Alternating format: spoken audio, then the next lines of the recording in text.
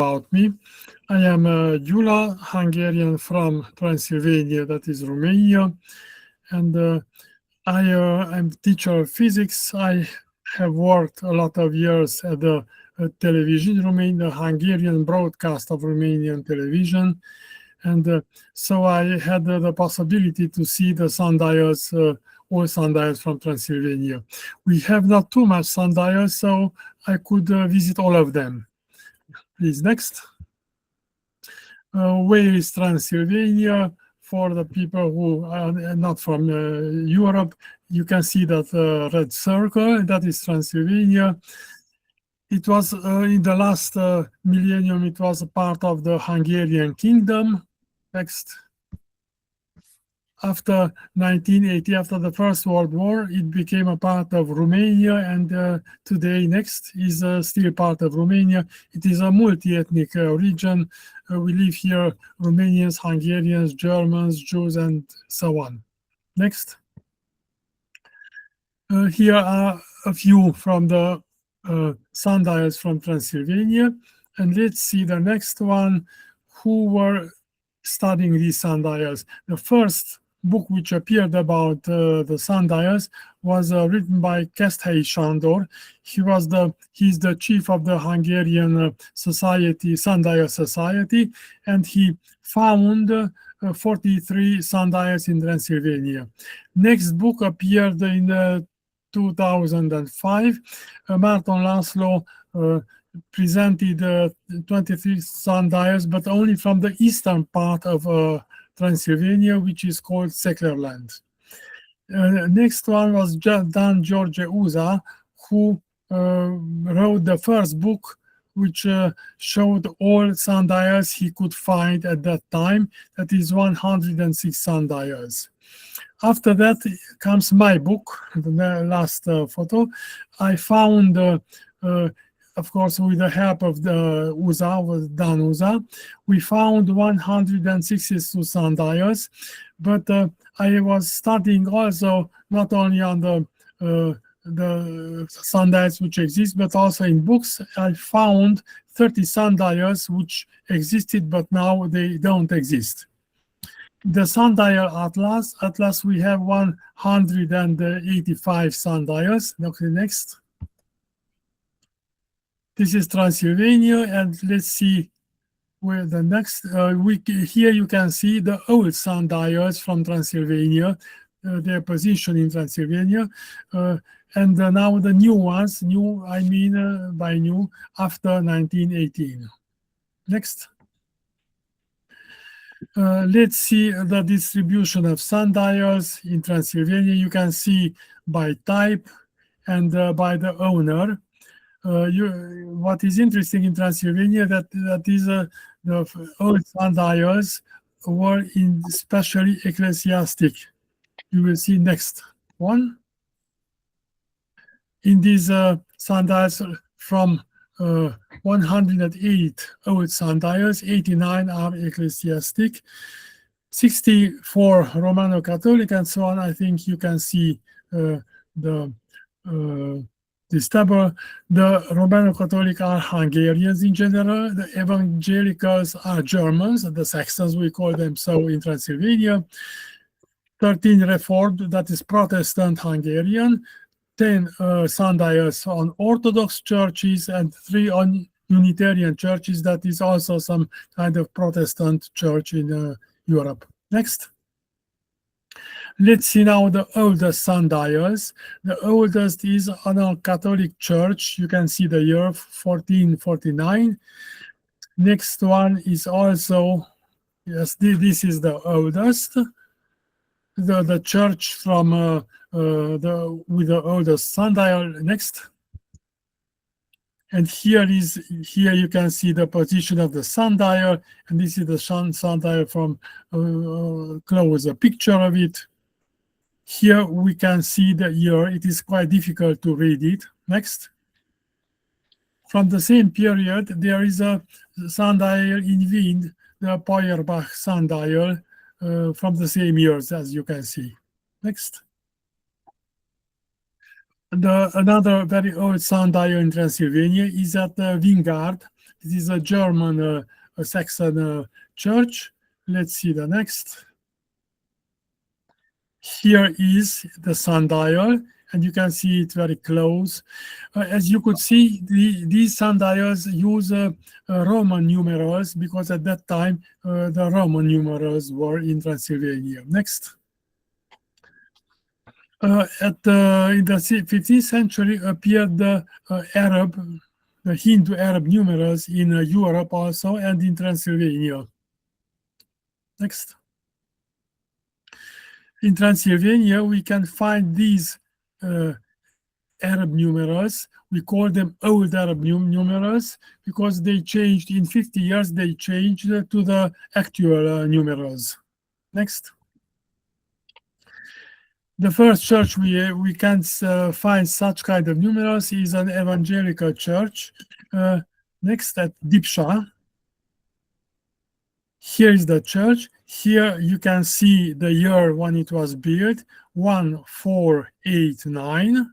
And here you will see the sundial. Next. Here's the sundials. It is very interesting because this was the period when appeared the Arab numerals. And then on this sundial, we can see here the 7 Arab numeral, 8, 9, but 10, 11, and 3 and 4 are still Roman numerals. 12, 1 and 2 are Arab numerals. Next. Also very old sundials at Teiuş.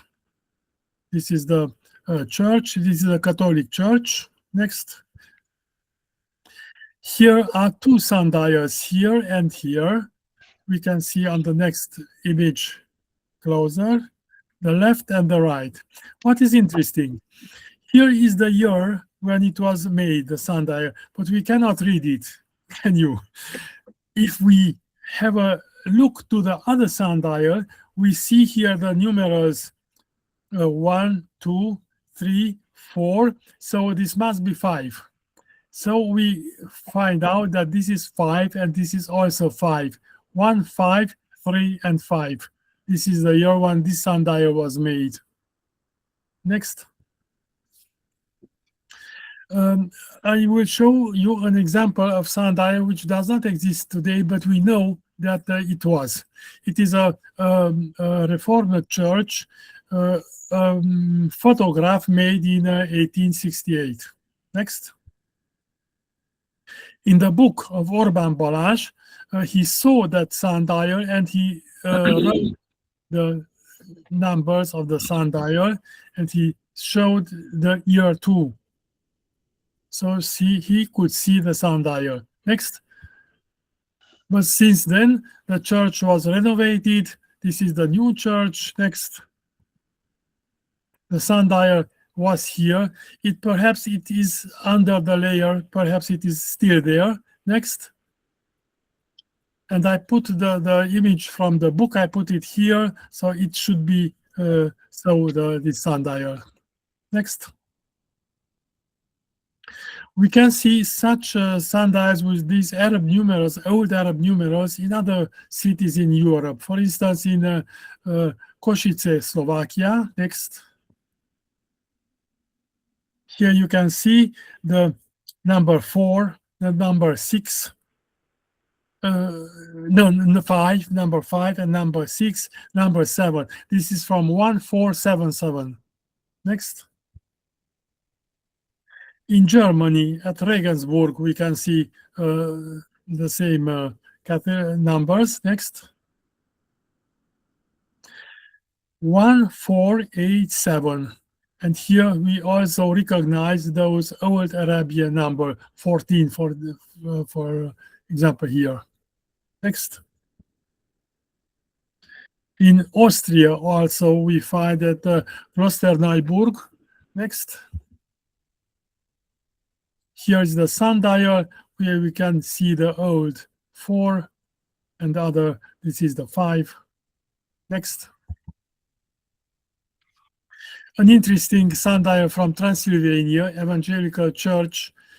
We can see here Roman numerals, but what is interesting is the number 9 here, which is not 10 minus 1, but 5 plus 4. Next. A very nice picture with 3 sundials at the Franciscan cloister in Shumuleuciuc. They are from 18th century.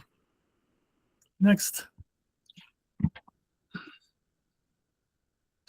And now, okay, I made films about these sundials, a serial of 40 parts, and here I have 3 minutes from the end of the last part.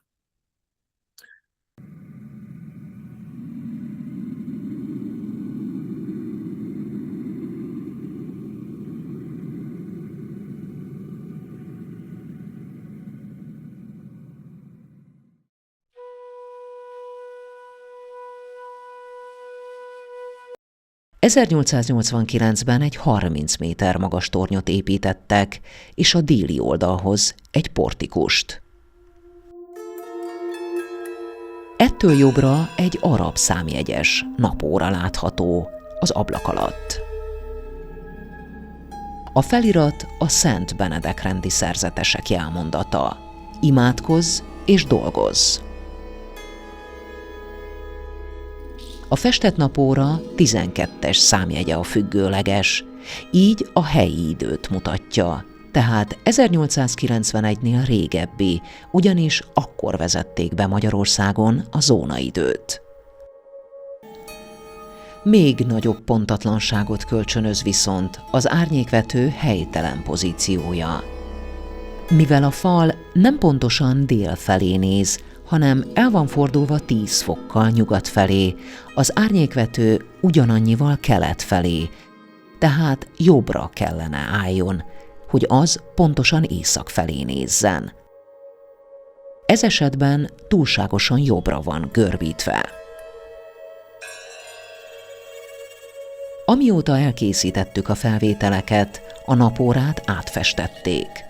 Újabb, modernebb számjegyekkel és betűkkel. Az óra elvesztette régi, középkort felidéző patináját. Az árnyékvető pedig még rosszabbul áll. Nem merőleges kellene, hogy legyen a falra, hanem a héjasfalva földrajzi helyzetének megfelelően 43,8 fokos szögben a függőlegessel.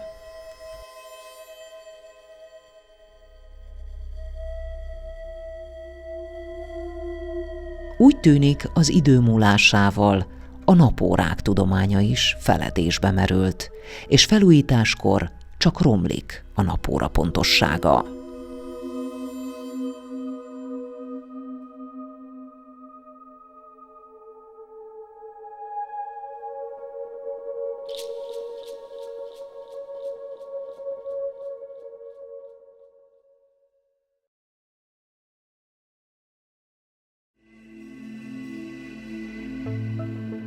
Ezzel véget ér napórás sorozatunk, amelyben bemutattuk Erdély 192 napóráját. Ezekből 162 ma is megvan. Tiszteletet érdemelnek, hiszen évszázadokon keresztül ezek szabták meg falusi vagy városi közösségeink mindennapi életritmusát. És lehet, hogy példát is vehetünk róluk, hiszen csak a derűs órákat számolják.